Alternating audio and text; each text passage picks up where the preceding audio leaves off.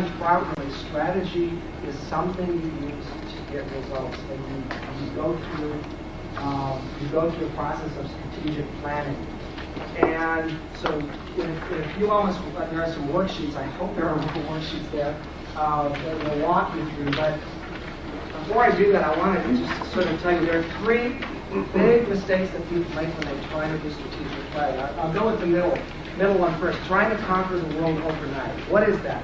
One of the biggest mistakes I find companies make is when they try to come up with a plan, oh my God, they're going to do everything. It's amazing. They're going to do all these things, and they're going to get it all done in 3 months. And they've so set themselves up to fail. If you begin a process of planning, start small. Pick one thing and see it all the way through. It's amazing how success is addictive. Success feeds success. So pick one thing and follow it through and make progress there. And then come back later on and pick another thing. And pick something important too. Sometimes there's a grid I make of, is it important? Or should I say, what's the impact on your business? Is it a high impact? Okay, if it's a high impact, and if it's something you can control, try to pick that. If it's low impact and you can't control it, why are you wasting your time? But again, just start small, almost baby steps. I think of that comedy with Bill Murray where he's, baby steps, baby steps.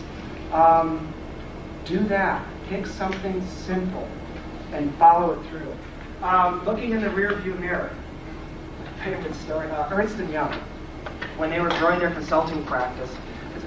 I mean, these were intelligent people. These were all MBAs. The partners were MBAs from the top business schools, not USC, which is probably the problem around Chicago. But they were doing a strategic plan. They looked at it and said, okay, our consulting practice has grown 30% a year.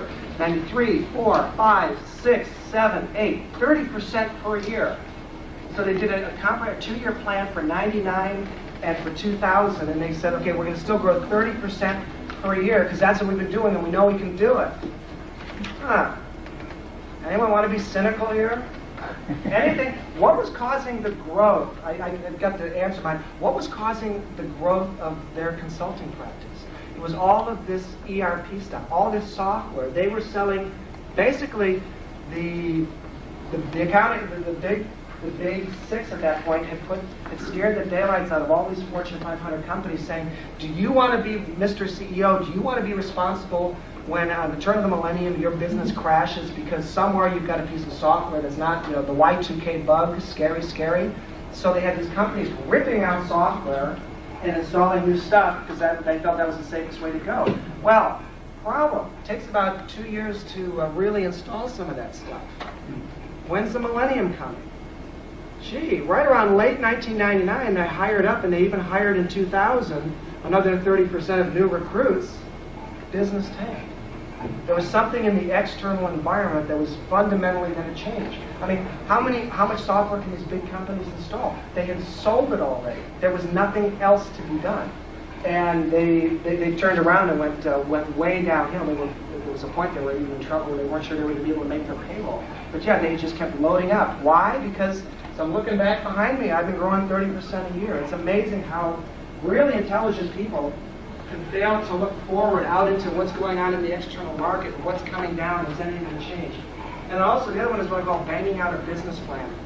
A business plan, let's see, okay, the people from Allen, plug your ears. We all know there are two kinds of books, right? We're family businesses. There's the books we look at, and then there's the books we show the outside people, right?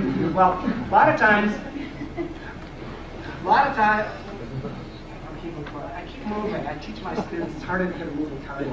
But no, it's a lot of times people come up with business plans where they're making all kinds of assumptions, but they never validate them. And so I see this amazing detailed plan of A, B, C, D, all the way to Z, all these details, but they've never asked themselves some strategic questions. I mean, strategy is a little more amorphous. It can be sloppy. It's almost like two things you shouldn't see created, sausage and strategy. It's an ugly process. And so you can't always get a beautiful business plan with lots of numbers. There was a time on a project where we came up with, well, it was that air traffic control simulation. It was a great strategy, and then the CFO looked and said, well, what's your return on equity going to be? Who knows? Who knows? There was no way of knowing. But they wanted a very technical business plan.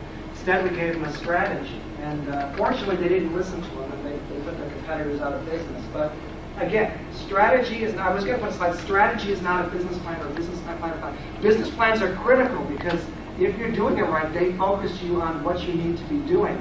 But the business plan should flow from your strategy, not the other way around. Don't do a business plan and then say, okay, well, I'll come up with a strategy to implement. Now, I want to apply this. I want to get real personal here. And again, let's go ahead and ask questions.